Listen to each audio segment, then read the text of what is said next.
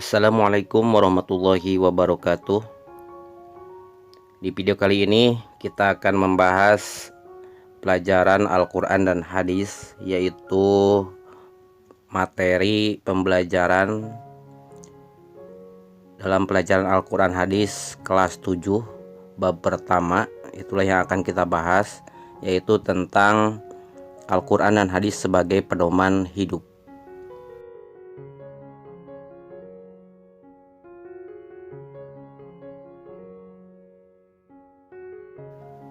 Mengawali pembahasan kita dalam bab Al-Quran dan Hadis, kita awali dengan sebuah pertanyaan: kenapa manusia itu harus memiliki pedoman kehidupan?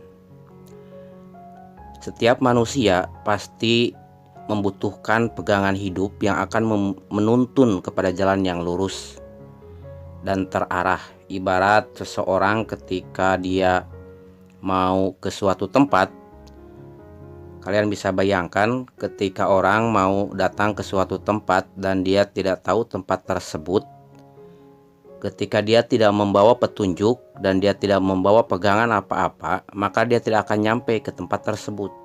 Minimal ketika dia ingin sampai ke tempat itu, dia harus membawa petunjuk.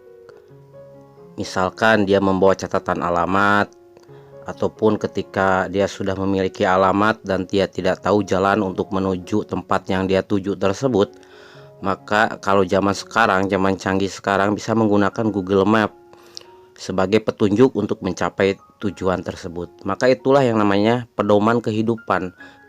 Sama halnya dengan pedoman kehidupan, ketika dia ingin mencapai tujuan dari kehidupannya, maka harus ada pedoman, petunjuk agar kehidupannya itu terarah kepada tujuan apa yang akan dia capai.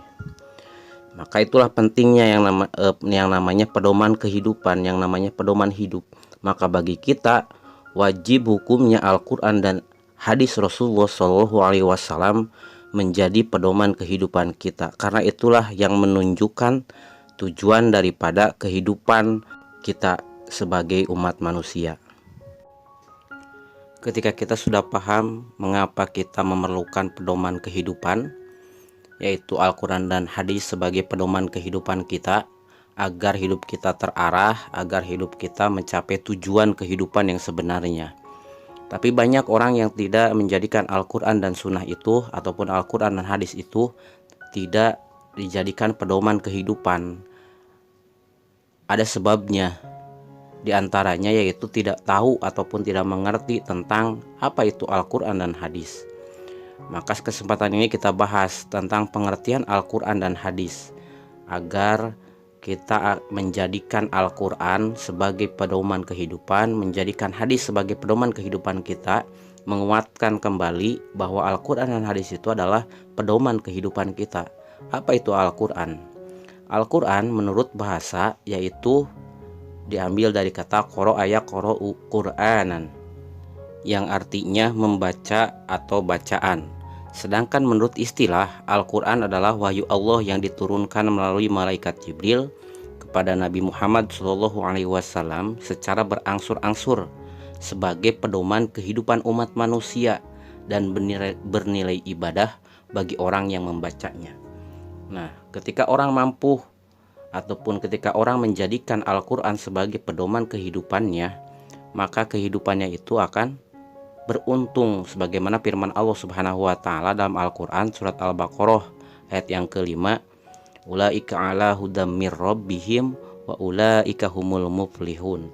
Merekalah orang-orang yang menjadikan petunjuk dari Allah Subhanahu wa Ta'ala, yaitu Al-Quran, sebagai pedoman kehidupannya, maka mereka itulah orang yang akan mendapatkan keuntungan dari Allah Subhanahu wa Ta'ala, akan mencapai ketujuan dari kehidupannya. Jangankan orang yang menjadikan pedoman, membacanya saja, membaca Al-Quran, maka dia akan mendapatkan pahala dari Allah Subhanahu wa Ta'ala. Maka itulah pentingnya Al-Quran sebagai pedoman kehidupan kita.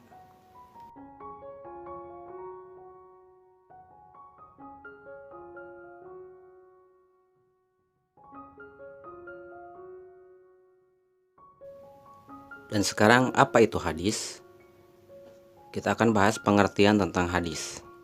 Hadis berasal dari kata hadasa yang artinya baru, peristiwa, muda, perkataan, atau cerita. Itulah pengertian hadis menurut bahasa.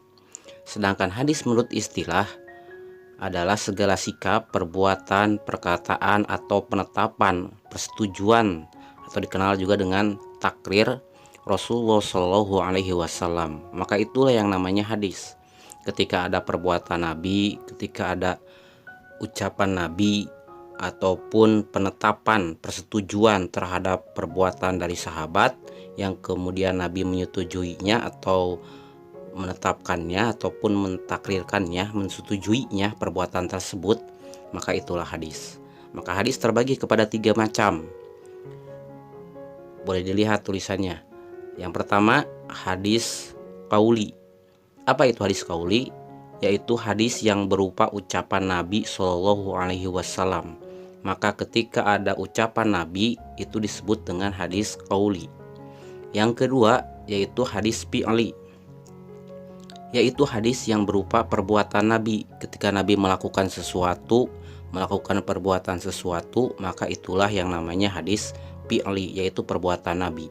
Yang ketiga yaitu hadis takriri. Hadis takriri itu adalah hadis persetujuan Nabi, bukan perbuatan Nabi, bukan ucapan Nabi, tapi Nabi